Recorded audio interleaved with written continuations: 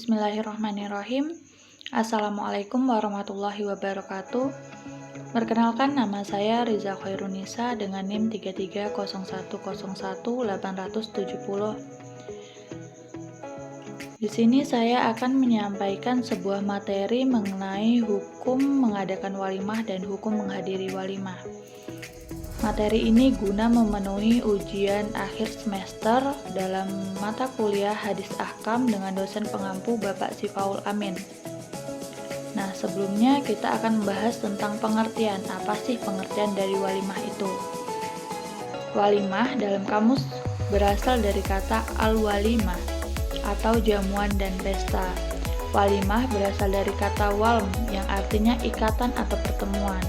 Nah, dalam bahasa Arab, walimah juga disebut sebagai walimatul urs, di mana pesta yang diselenggarakan setelah akad nikah dengan menghidangkan jamuan kepada para undangan sebagai pernyataan rasa syukur atas nikmat dan karunia yang telah Allah berikan. Selanjutnya kita akan membahas apa sih hukum mengadakan walimah itu. Nah, di sini jumhur ulama berpendapat bahwa hukum mengadakan walimah adalah sunnah muakkad. Ketika hukum mengadakan walimah itu sunnah muakkad, lalu timbul pertanyaan, lalu hukum apa sih hukumnya menghadiri walimah? Nah, di sini dijelaskan bahwa hukum menghadiri walimah, para imam mazhab sudah sepakat bahwa hukumnya adalah wajib bagi yang diundang. Adapun mendatangi selain undangan walimah adalah sunnah. Wajib dan sunnahnya mendatangi walimah bisa dilihat pada syarat-syarat yang telah disepakati oleh para ulama tersebut. Yang pertama, hendaklah orang yang mengadakan walimah bukan dari orang-orang yang fasik. Nah, yang kedua, orang zalim yang memiliki tujuan untuk kerusakan dan maksud-maksud tertentu. Yang ketiga, seseorang yang diundang tidak bisa menghadiri undangan dikarenakan sakit atau uzur lainnya. Uzur di sini dalam kutip uzur yang syar'i ya teman-teman, yang sesuai dengan agama. Nah, selanjutnya undangan tersebut harus jelas nih. Hendaklah di dalamnya tidak mengandung unsur-unsur keharaman. Apabila syarat-syarat tersebut tidak terpenuhi, maka seseorang tidak diwajibkan untuk menghadiri undangan walimah. Nah, terus kita akan membahas matan hadisnya. Apa sih landasan dari walimah dan hukumnya menghadiri walimah itu? Nah, di sini dalam kitab Al-Bukhari nomor 245, An Anas radhiyallahu anhu anna nabiyya sallallahu alaihi wasallam ra'a ala Abdurrahman bin Auf asari safrati qala ma hadza qala inni tazawwajat imraati ala wazani nawati min dhahab qala barakallahu laka aulim wa bisat walau bisatin, yang artinya dari Anas radhiyallahu anhu bahwasanya Nabi Shallallahu alaihi wasallam melihat pada diri Abdurrahman bin Auf wangi-wangian. Nabi bertanya, "Untuk apa itu?" Abdurrahman menjawab, "Saya telah mengawini seorang wanita dengan biji-bijian setimbang emas." Nabi bersabda, "Semoga Allah memberi keberkahan atau berkah, adakanlah perjamuan atau walimah, sekalipun dengan seekor kambing." Nah, selanjutnya ada hadis yang menyebutkan An Safiyati binti Syaibah annaha qala aulam Nabi sallallahu alaihi wasallam ala ba'di nisaihi bimudaini min syarril Bukhari. Dari Syafiyah binti Syaibah bahwa Nabi berkata, Nabi sallallahu alaihi wasallam mengadakan walimah atas pernikahannya dengan sebagian istrinya dengan 2 mud gandum. Hadis ini diriwayatkan oleh Bukhari ya teman-teman. Selanjutnya kita akan membahas mengenai analisa sanad.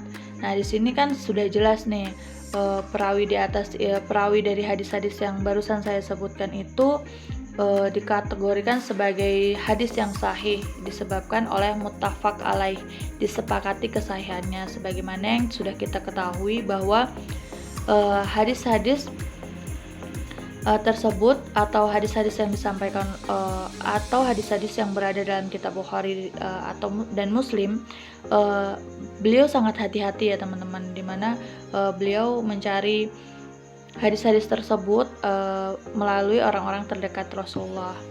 Nah, selanjutnya analisa matan. Nah, seperti yang kita ketahui bahwa hadis merupakan landasan di kedua umat Islam dalam bertindak.